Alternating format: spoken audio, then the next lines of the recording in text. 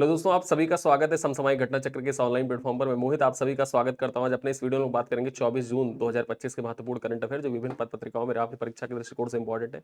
देखा जाए ये क्लास हमारी डेली शाम को 7:30 बजे आपको मिल जाती है और इस क्लास की पीडीएफ पीपीटी इत्यादि प्राप्त करने के लिए आप इस वीडियो का पिन कमेंट चेक करिएगा। वहां पर मंथली पैकेज हमारा दिया हुआ है, उस मंथली पैकेज पे आप क्लिक करके हमारा जो मंथली पैकेज को ज्वाइन कर सकते हैं। और ज्वाइन करने के बाद आप हमारे हेल्पलाइन नंबर पर कॉल करिएगा, वहां से आपको व्हाट्सएप कम्युनिटी में ऐड कर दिया जाएगा, जहां से आपको प्रतिदिन प्रिंटेबल पीडीएफ प्राप्त होती रहेंगी। और साथ साथ में ऐप पर तो आप पढ़ने के लिए पीडीएफ को ज्वाइन ही कर सकते हैं। ठीक है, तो चलिए स्टार्ट करते हैं अपना ये वीडियो। यहाँ पर देखा जाए ये क्लास हमारी आरओ परीक्षा के लिए तो महत्वपूर्ण है ही, साथ साथ UP PCS, BPSC, Uttarakhand PSC तथा अन्य एक दिवसीय परीक्षाओं के लिए इंपॉर्टेंट हो जाती है। डेली न्यूज़पेपर में रही महत्वपूर्ण खबरों को कवर किया जाता है। Dainik Jagran, the Hindu, Indian Express, DD News, PIB, ANI में रही महत्वपूर्ण खबरें जो होती हैं उन सभी खबरों को यहाँ पर कवर किया जाता है। आपकी परीक्षा के लिए जो इंपॉर्टेंट पॉइंट्स हैं उनको कवर किया जाता है। चलिए सबसे पहले बात करते हैं इंपॉर्टेंट खबर क्या है। ये 71वीं बीपीएससी परीक्षा के लिए महत्वपूर्ण हो सकता है। ठीक है, 71वीं बीपीएससी परीक्षा के लिए बिहार वालों का अक्सर एक शिकायत रहती है कमेंट बॉक्स में कि सर बिहार स्पेशल के करंट अफेयर भी कवर किया गई है। लीजिए बिहार स्पेशल करंट अफेयर। यहाँ पे बात करें ऊर्जा मंत्रियों का क्षेत्रीय सम्मेलन। ठीक है, ऊर्जा मंत्रियों का क्षेत्रीय सम्मेलन चर्चा कर ले। बिहार की राजधानी पटना में देश के ऊर्जा मंत्रियों के क्षेत्रीय सम्मेलन होने जा रहा है, जिसमें पूर्वी भारत के राज्यों और केंद्र शासित प्रदेशों के ऊर्जा मंत्री हिस्सा लेंगे। ठीक है, यहाँ पर ऊर्जा मंत्रियों का जो क्षेत्रीय सम्मेलन उसका आयोजन कहां पर किया जाएगा? पटना में किया जाएगा। ठीक है, जिसमें क्या होगा, जो पूर्वी भारत है ना, पूर्वी भारत के जो राज्य हैं वहां के जो ऊर्जा मंत्री हैं वो इसमें पार्टिसिपेट करेंगे।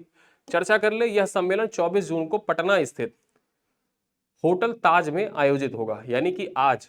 ठीक है, आज इसका आयोजन किया गया, आज इसका आयोजन किया गया है। यह कार्यक्रम देखा जाए, इस कार्यक्रम की अध्यक्षता केंद्रीय ऊर्जा मंत्री, इस कार्यक्रम की अध्यक्षता किसके द्वारा की जा रही है? जो केंद्रीय ऊर्जा मंत्री है मनोहर लाल खट्टर, उनके द्वारा इसकी अध्यक्षता की जा रही है। और यहां देखा जाए सम्मेलन में बिहार, झारखंड, उड़ीसा, पश्चिम बंगाल और केंद्र शासित प्रदेश अंडमान निकोबार के ऊर्जा मंत्री यहां हिस्सा ले रहे हैं। ठीक है, यानी कि ये देखा जाए जो पूर्वी भारत है ना, पूर्वी भारत के, तो पूर्वी भारत के जो ऊर्जा मंत्री हैं वो इसमें पार्टिसिपेट कर रहे थे। ठीक है, और अध्यक्षता किसके द्वारा की गई है? तो अध्यक्षता की गई है मनोहर लाल खट्टर के द्वारा। आगे चर्चा कर ले, बिहार की ओर से इस बैठक में कौन शामिल हुए? याद रखना, जो ऊर्जा मंत्री हैं विजेंद्र प्रसाद यादव। ठीक है, विजेंद्र प्रसाद यादव जो है ये बिहार के ऊर्जा मंत्री है। पीपीएससी वाले ध्यान देंगे। और यहाँ एक पॉइंट ये भी जान ले कि पहले जो इसका आयोजन होना था, इसका आयोजन 17 जून को होना था। ठीक है, इसका आयोजन जो होना था 17 जून को होना था, लेकिन प्रशासनिक कारणों से इसे 24 जून को पुनर्निर्धारित किया गया था। ठीक, चलो आगे बात कर ले। योग नीति की घोषणा करने वाला भारत का पहला राज्य, भारत का पहला राज्य कौन सा है जिसने योग नीति की घोषणा की है? आपकी परीक्षा में पूछा जा सकता है ये सवाल, ऐसे सवाल जो भारत में पहला, विश्व में पहला, ठीक है, और विश्व में प्रथम, भारत में प्रथम, ये सवाल अक्सर परीक्षाओं में आते हैं। एक सवाल यहां से पूछ लिया जाता है, तो याद रखिएगा। और खासकर जब वो सेंस महिलाओं के सेंस में हो कि कोई महिला किसी पद पर पहली बार पहुंची हो, जैसे कल मैंने आपको बताया था आईओसी, इंटरनेशनल ओलंपिक कमेटी की पहली बार कोई महिला अध्यक्ष बनी है। MI6 के बारे में बताया था 4 दिन पहले। MI6 जो इंग्लैंड की खुफिया यूनाइटेड किंगडम की जो खुफिया एजेंसी है MI6, उसकी पहली महिला अध्यक्ष।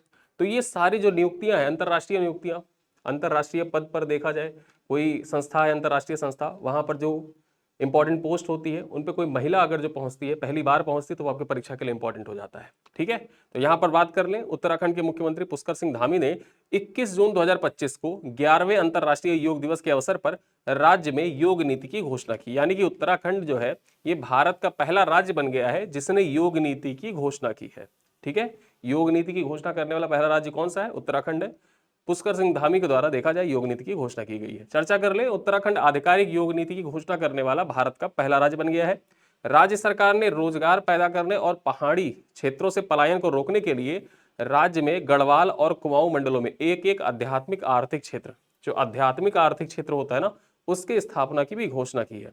ठीक है, तो यहाँ आध्यात्मिक आर्थिक क्षेत्र किस राज्य में स्थापित किया जाएगा? ये भी उत्तराखंड में स्थापित किया जाएगा। और उत्तराखंड से रिलेटेड देखा जाए यूसीसी लागू करने वाला पहला राज्य कौन सा है? उत्तराखंड से रिलेटेड कुछ पॉइंट्स मैं आपको बताता हूं। यूसीसी लागू करने वाला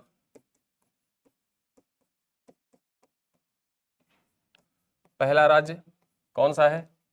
उत्तराखंड ही है।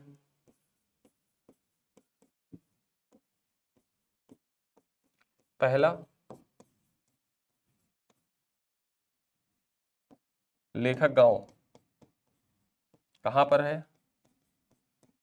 ये भी उत्तराखंड में है। ठीक है, उसके बाद देखा जाए भारत का पहला गांव, भारत का पहला गांव माणा, ये भी कहां पर है? ये भी यूके में है। और योग नीति लागू करने वाला पहला, योग नीति लाने वाला पहला राज्य कौन सा है? ये भी यूके है।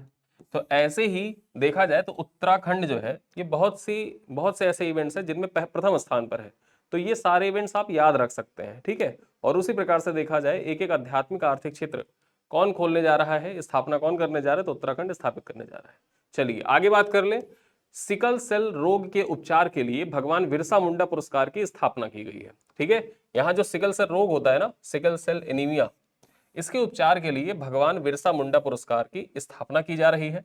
आपकी परीक्षा के लिए इंपॉर्टेंट हो जाता है। यहां पर मैं आपसे एक सवाल पूछता हूं कि जो बिरसा मुंडा की जयंती होती है, बिरसा मुंडा की जो जयंती है, जनजातीय गौरव दिवस, ये कब मनाया जाता है? ये आप कमेंट करके बताइएगा। आगे हम बात कर लें, भारत सरकार सिकल सेल रोग के उपचार के लिए नई दवाओं के अनुसंधान और विकास को बढ़ावा देने के लिए भगवान बिरसा मुंडा पुरस्कार की स्थापना करेगी। ठीक है, तो परीक्षा में आपसे पूछे कि किस रोग के निदान के लिए, अनुसंधान के लिए और उस रोग से संबंधित जो नई दवाएं हैं उनके विकास के लिए भारत सरकार के द्वारा बिरसा मुंडा पुरस्कार को स्थापित किए जाने की घोषणा की गई है। एक सवाल ऐसे बन सकता है, इसी को देखा जाए पलट से आपसे पूछे कि सिकल सेल रोग के उपचार के लिए, ठीक है, सिकल सेल रोग के उपचार, अनुसंधान और दवाओं के विकास के लिए भारत सरकार के द्वारा निम्नलिखित में से कौन से पुरस्कार की स्थापना की घोषणा की गई है? बिरसा मुंडा पुरस्कार, धन्वंतरी पुरस्कार, या चरक पुरस्कार, या सुश्रुत पुरस्कार। 4-5 पुरस्कार के नाम ऐसे दे देगा, आप वहां पे टिक करिएगा। ठीक है, तो याद रखना भारत सरकार के द्वारा फैसला लिया गया है कि जो सिकल सेल एनीमिया है उसके निदान के लिए जो दवाएं बनाई जाएंगी उनके अनुसंधान विकास के लिए भगवान बिरसा मुंडा पुरस्कार प्रदान किया जाएगा। चर्चा कर ले। केंद्रीय जनजातीय मामलों के राज्य मंत्री दुर्गादास उइके ने 19 जून 2025 को विश्व सिकल सेल दिवस, यहां पर एक चीज याद रखेंगे, जो विश्व सिकल सेल दिवस मनाया जाता है ये कब मनाया जाता है? ये हर साल 19 जून को मनाया जाता है। ठीक है, और इसी अवसर पर एम्स नई दिल्ली में आयोजित एक समारोह में इसकी घोषणा की थी कि जो बिरसा मुंडा अवार्ड की स्थापना की जाएगी। और यहां पर एक चीज और जान लें कि जो नई दिल्ली में राष्ट्रीय जनजातीय स्वास्थ्य एवं अनुसंधान संस्थान की स्थापना की भी घोषणा की गई। यानी कि परीक्षा में आपसे पूछे कि राष्ट्रीय जनजातीय स्वास्थ्य एवं अनुसंधान संस्थान, ठीक है, इसकी स्थापना किस राज्य में की जाएगी? ठीक है, तो इसकी स्थापना जो की जाएगी वो दिल्ली में की जाएगी। दिल्ली में इसकी स्थापना की जाएगी, दिल्ली में बनेगा। परीक्षा में भविष्य में आपके एग्जाम के लिए इंपॉर्टेंट हो जाता है और ये भविष्य का स्टैटिक जीके बनने वाला है। तो इस वजह से आप याद रखेंगे कि राष्ट्रीय जनजातीय स्वास्थ्य और एवं अनुसंधान संस्थान कहां पर अवस्थित? दिल्ली में बनेगा ये, और दिल्ली में अवस्थित होगा। ठीक है, अनुवांशिक रक्त विकारों के बारे में लोगों और नीति निर्माताओं के बीच जागरूकता बढ़ाने के लिए हर साल 19 जून का जो दिन होता है इसको विश्व सिकल सेल दिवस के रूप में सेलिब्रेट किया जाता है। ठीक है, चलो आगे बात करें। भारत की पहली पूर्ण स्वदेशी विकसित सिम रहित 5G FWA तकनीकी, यहां पर देखा जाए BSNL के द्वारा पूर्ण रूप से स्वदेशी 100% स्वदेशी सिम रहित 5G FWA तकनीकी विकसित की गई है। चर्चा कर लेते हैं। हैदराबाद में BSNL ने क्वांटम 5G FWA सेवा सॉफ्ट लॉन्च किया है। यहां देखा जाए यह सेवा बिना सिम के 5G रेडियो नेटवर्क के माध्यम से तेज फाइबर, ठीक है, यहां पर देखा जाए माध्यम से फाइबर जैसा तेज इंटरनेट की सुविधा प्रदान करेगा।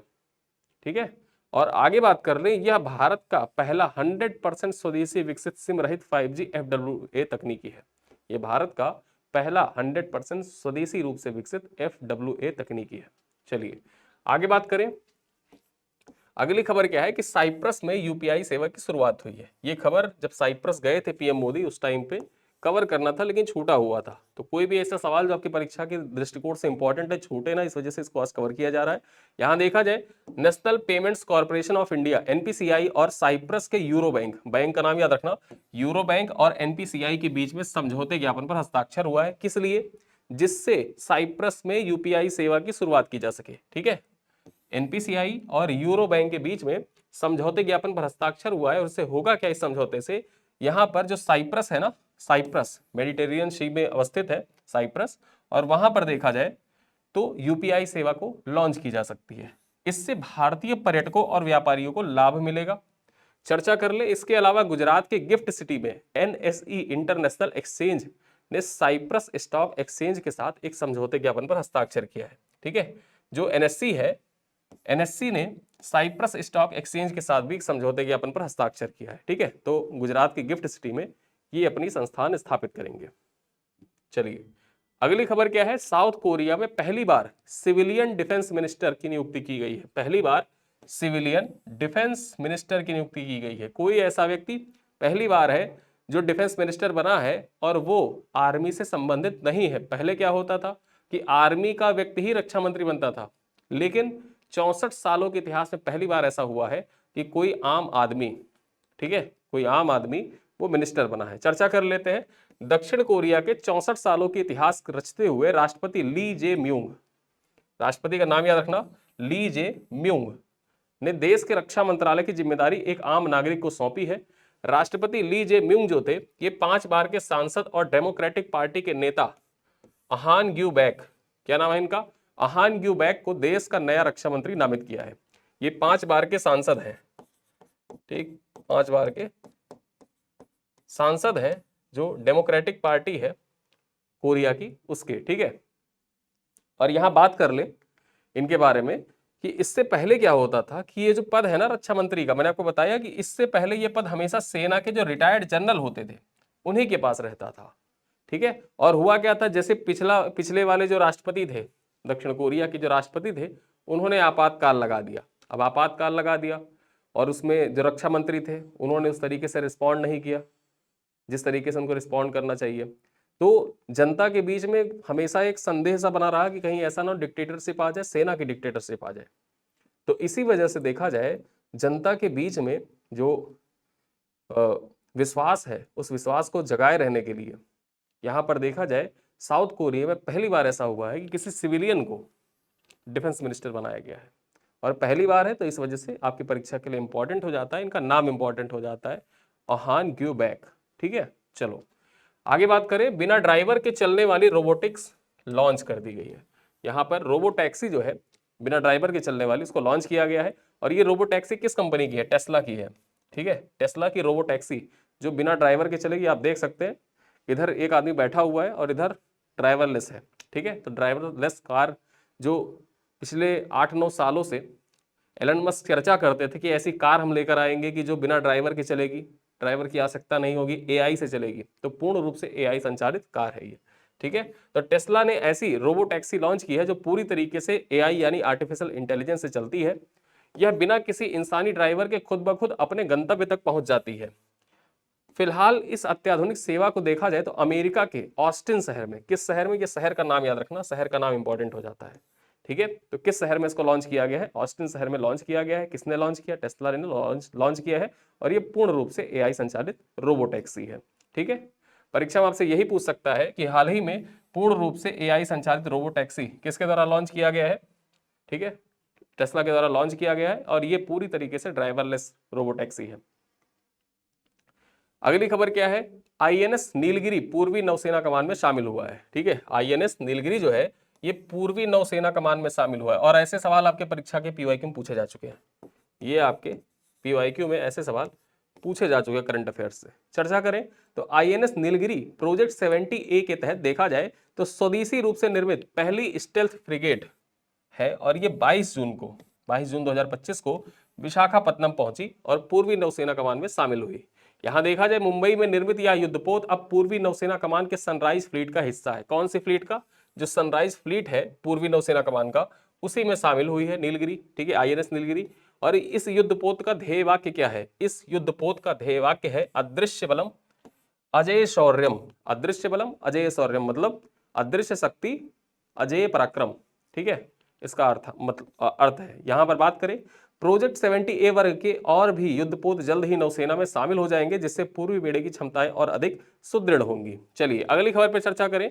भारत का तीसरा पूर्ण साक्षर राज्य, यहां पर 2 साक्षर राज्य गोवा और देखा जाए मिजोरम पूर्ण साक्षर राज्य पहले के हैं, पूर्व के हैं, अब कौन से बन गए हैं? अब यहाँ पर देखा जाए त्रिपुरा जो है ये भारत का तीसरा पूर्ण साक्षर राज्य बन गया है। पूर्ण साक्षर राज्य बनने का मतलब ये है कि जहां पर 95% से ज्यादा लिटरेसी रेट हो वो राज्य अपने आप को पूर्ण राज्य, पूर्ण साक्षर राज्य कह सकता है। उस दृष्टिकोण से देखा जाए तो त्रिपुरा जो है यहाँ पर अब लिटरेसी रेट जो है वो 95% को पार कर चुकी है। ठीक है, और त्रिपुरा बना भारत का तीसरा पूर्ण साक्षर राज्य। यहाँ चर्चा कर ले, मिजोरम और गोवा के बाद अब त्रिपुरा इतिहास रचते हुए देश का तीसरा राज्य बन गया है जिसकी साक्षरता दर 95% से अधिक है। 1961 में देखा जाए तो त्रिपुरा की साक्षरता दर केवल 20.24% थी, और 1961 के बाद से अब 2025 में देखा जाए तो 95% से ऊपर हो गई है, और इसी तरह प्रकार देखा जाए तो अब पूर्ण रूप से साक्षर राज्य बन गया त्रिपुरा।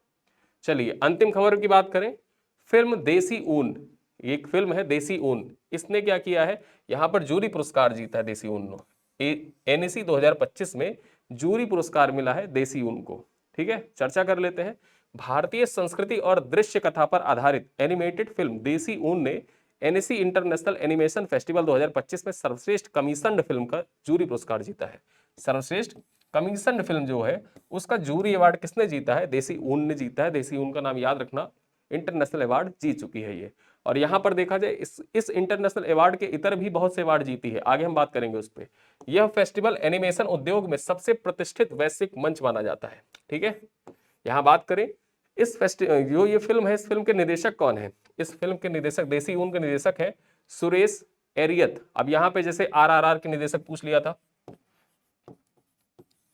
आरआरआर के निर्देशक पूछ लिया, उसी प्रकार से देखा जाए तो अन्य फिल्मों के निर्देशक पूछ लेता है अक्सर। तो यहाँ पर आप याद रखना जो सुरेश एरियत है ये देसी ऊन के निर्देशक है। और देसी ऊन को अन्य कौन कौन से सम्मान मिले हैं देख लेते हैं। एनिमेशन फिल्म देसी ऊन को अंतरराष्ट्रीय स्तर पर ख्याति प्राप्त है। इसे कांस लायंस 2025 में फिल्म क्राफ्ट लायंस श्रेणी में चुना गया था। ठीक है, जो कांस लायंस 2025 का अवार्ड शो था उसमें देखा जाए तो फिल्म क्राफ्ट लायंस श्रेणी के लिए देसी ऊन को चुना गया था।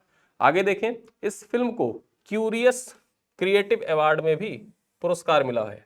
ठीक है, जो क्यूरियस क्रिएटिव अवार्ड है उसमें भी देसी ऊन को सम्मानित किया गया है। साथ ही साथ इस फिल्म को न्यूयॉर्क के आधुनिक कला संग्रहालय में संग्रहित की जाएगा।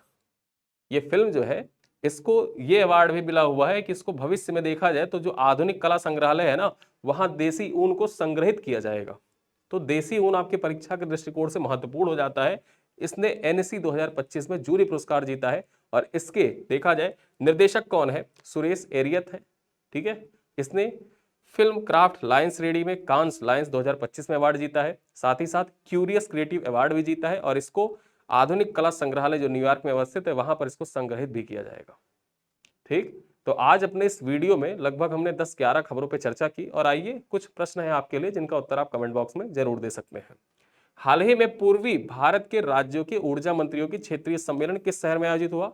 रांची, पटना, भुवनेश्वर या कोलकाता? क्वेश्चन नंबर 2 है, भारत का सबसे पहले आधिकारिक योग नीति घोषित करने वाला राज्य कौन बना है? ठीक है, उत्तर प्रदेश, हिमाचल प्रदेश, उत्तराखंड या केरल? क्वेश्चन नंबर 3 है, सिकल सेल रोग के उपचार के अनुसंधान को बढ़ावा देने के लिए भारत सरकार द्वारा किस पुरस्कार की घोषणा की गई है? बिरसा मुंडा अनुसंधान पुरस्कार, बिरसा मुंडा पुरस्कार, जनजातीय स्वास्थ्य रत्न या AIIMS tribal award? Question number 4 है, भारत की पहली पूर्ण स्वदेशी विकसित सिम रहित 5G FWA तकनीकी किस शहर में सॉफ्ट लॉन्च की गई है? बेंगलुरु में, चेन्नई में, हैदराबाद में या नई दिल्ली में? क्वेश्चन नंबर 5 है, साइप्रस में यूपीआई सेवा शुरू करने के लिए एनपीसीआई ने किस बैंक के साथ समझौता किया है? सिटी बैंक के साथ, यूरो बैंक के साथ, साइप्रस बैंक के साथ या हेलमकी बैंक के साथ? ठीक है, क्वेश्चन नंबर 6 है, दक्षिण कोरिया में पहली बार एक आम नागरिक को रक्षा मंत्री नियुक्त किया गया है, उनका नाम क्या है? ली Jae Myung, Ahaan युग्यू back, सियोंग Yong ली, ठीक है, पार्क हान, क्या नाम है उनका? आपको नाम बताना है, और ये आपके परीक्षा के लिए इंपॉर्टेंट हो सकता है। अंतरराष्ट्रीय नियुक्तियों से जो सवाल पूछे जाते हैं उस दृष्टिकोण से इंपॉर्टेंट है। 7वां प्रश्न देखें तो टेस्ला द्वारा बिना ड्राइवर से चलने वाली एआई आधारित रोबो टैक्सी की शुरुआत किस शहर में की गई है? न्यूयॉर्क में, लॉस एंजल्स में, ऑस्टिन में, सैन फ्रांसिस्को में? क्वेश्चन नंबर 8 है, आईएनएस नीलगिरी जो प्रोजेक्ट 17A के तहत देखा जाए नौसेना कमान में शामिल हुआ है, कौन से नौसेना कमान में? पश्चिमी नौसेना कमान, दक्षिणी नौसेना कमान, पूर्वी नौसेना कमान या मध्य नौसेना कमान। आगे बात करें, क्वेश्चन नंबर 9 है, हाल ही में कौन सा राज्य भारत का तीसरा पूर्ण साक्षर राज्य बना है? केरल, त्रिपुरा, मिजोरम या सिक्किम। अंतिम सवाल है, एनिमेशन फिल्म देसी ऊन को किस अंतरराष्ट्रीय फेस्टिवल में जूरी पुरस्कार से सम्मानित किया गया है? Tokyo animation festival, NSC international animation festival, Berlin animation festival या इंटरनेशनल मूवी ग्राफिक्स फेस्टिवल। ठीक है, तो ये 10 सवाल पूछे गए आज आपसे, जो आपके परीक्षाओं के दृष्टिकोण से इंपॉर्टेंट है, और साथ ही साथ कुछ महत्वपूर्ण खबरों पे भी चर्चा की गई जो आपकी परीक्षा के दृष्टिकोण से महत्वपूर्ण है, कैसे प्रश्न पूछे जा सकते हैं उनको भी मैंने बताने का प्रयास किया, और जितने महत्वपूर्ण सवाल बन सकते थे वो सब कुछ बताने का आज प्रयास किया गया है। और इन सवालों का उत्तर जो मैंने आपसे पूछे इनको आप कमेंट बॉक्स में दीजिएगा। आप हमारे पेड ग्रुप से ज्वाइन होना चाहते हैं करंट अफेयर के, जिसमें डेली प्रिंटेबल PDF टेस्ट इत्यादि सब कुछ प्रोवाइड किया जा रहा है, तो आप इस वीडियो के पिन कमेंट में जाके चेकआउट कर सकते हैं। ठीक है, वहाँ पे जब चेक करेंगे पिन कमेंट पे क्लिक करिएगा तो आप जाके इस बैच को ज्वाइन कर सकते हैं। ठीक, चलिए इसी के साथ मैं लेता हूँ विदा, मिलते हैं अगली क्लास में, तब तक के लिए धन्यवाद।